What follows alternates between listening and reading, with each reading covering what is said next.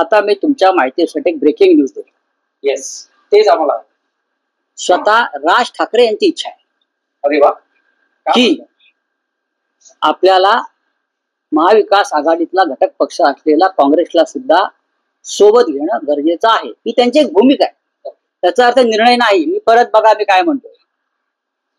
कारण प्रत्येकाचं या राज्यामध्ये स्थान जसं शिवसेनेचं आहे, म्हणजे आमच्या बाळासाहेब ठाकरेंच्या, उद्धवजींच्या, महाराष्ट्र नवनिर्माण सेनेचा आहे, माननीय शरद पवार साहेबांचा आहे, डाव्या पक्षांचा आहे. तसंच काँग्रेस सुद्धा महाराष्ट्रातला एक महत्वाचा पक्ष आहे. काही निर्णय घेताना जसं शिष्टमंडळामध्ये काँग्रेसचा समावेश होणं गरजेचं आहे, ही आमच्या सगळ्यांची भूमिका आहे.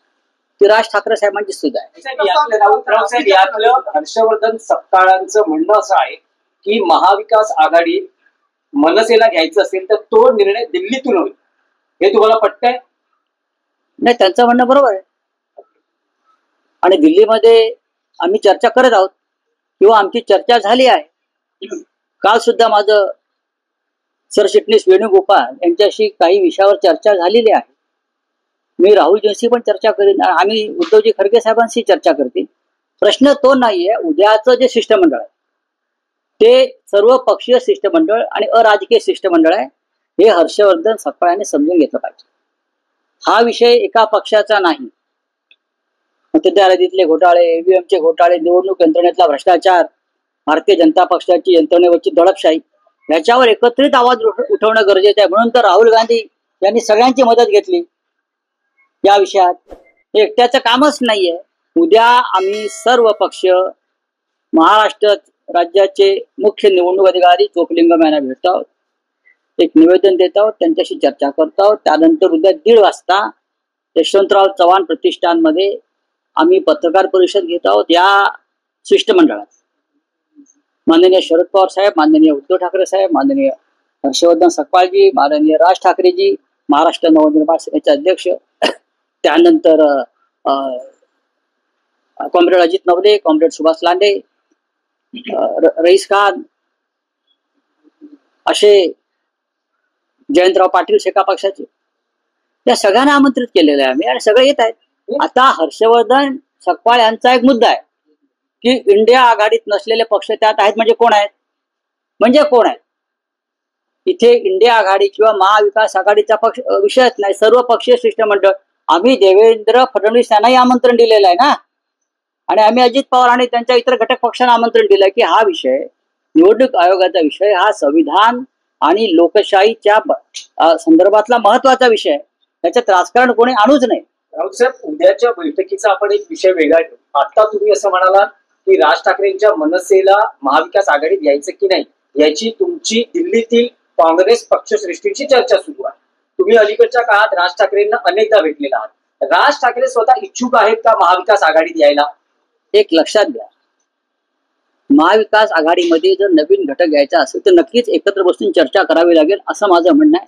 आणि काँग्रेसचं नेतृत्व दिल्लीमध्ये, काँग्रेसच्या नेतृत्वाला इथे अधिकार घ्यायचा, कोणताही निर्णय घ्यायचा अधिकार नाही, हे मान्य केलं पाहिजे. जसं अजित पवार किंवा आहे तुमचे एकनाथ शिंदे हे निर्णय घेऊ शकते, त्यांचा निर्णय अमित शहा घेतात दिल्लीत. काँग्रेसचंही तसंच आहे.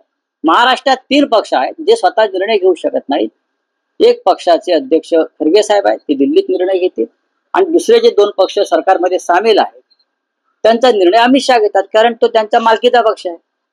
ज्यांचं नेतृत्व दिल्लीत आहे ते दिल्लीतून निर्णय घेतील. आम्ही सगळे उरलेले लोक महाराष्ट्रात आहोत. आम्ही महाराष्ट्रात निर्णय घेऊ. आणि उद्याच्या शिष्टमंडळामध्ये महाराष्ट्र नवनिर्माण सेनेचे अध्यक्ष राज ठाकरे, उद्धव ठाकरे आणि इतर माननीय शरद पवार साहेब सामील होत आहेत. स्पेसिफिक प्रश्न आहे, पुन्हा एकदा विचारतो. तुम्ही अलीकडच्या काळात राज ठाकरेंना अनेकदा भेटलेला आहात.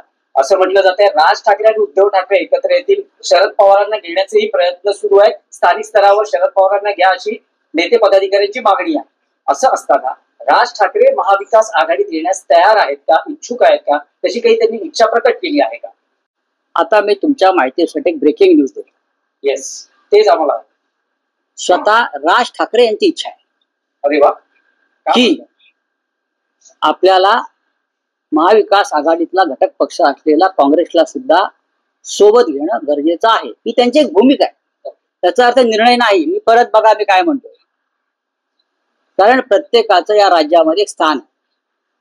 जसं शिवसेनेचं आहे, म्हणजे आमच्या बाळासाहेब ठाकरेंच्या, उद्धवजींच्या, महाराष्ट्र नवनिर्माण सेनेचा आहे, माननीय शरद पवार साहेबांचा आहे, डाव्या पक्षांचा आहे.